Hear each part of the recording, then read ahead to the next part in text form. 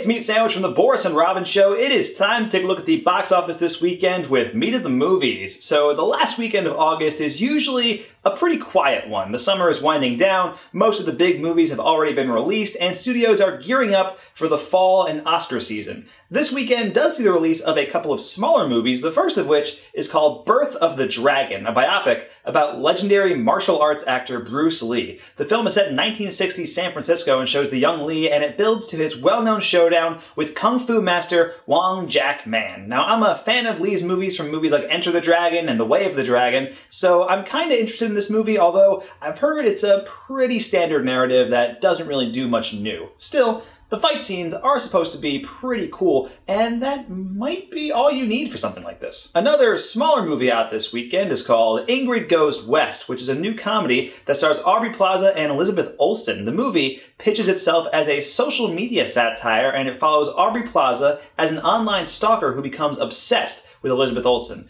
playing an Instagram celebrity. I'm hearing it's really sharp, really funny, kind of a riff on the movie's Single White Female, and it contains some of Aubrey Plaza's best work. And if you haven't seen her on the FX series Legion from earlier this year, you gotta, because she is doing some next level stuff in that one. She plays an amazing psychopath. And finally, this weekend also sees the wide release of a movie called Good Time, which I've been hearing great things about for a while now. It's a crime thriller starring Robert Pattinson in which he has to save his younger brother after a botched bank robbery lands him in prison. Now, I've heard it's gritty and it's weird, and some are comparing it to early Scorsese movies, and that's good enough for me. And hey, if you don't want to see something new this weekend we'll also see the theatrical re-release of one of the greatest action movies ever made, Terminator 2: Judgment Day, this time in 3D. We wouldn't even be in the 3D boom that we've seen over the last decade without James Cameron, so I'm interested in seeing how he can fit the format to one of his classics. But my pick for the week is probably Good Time, with Ingrid Goes West as a close second. I'm Meat Sandwich, and until next time, we'll meet at the movies.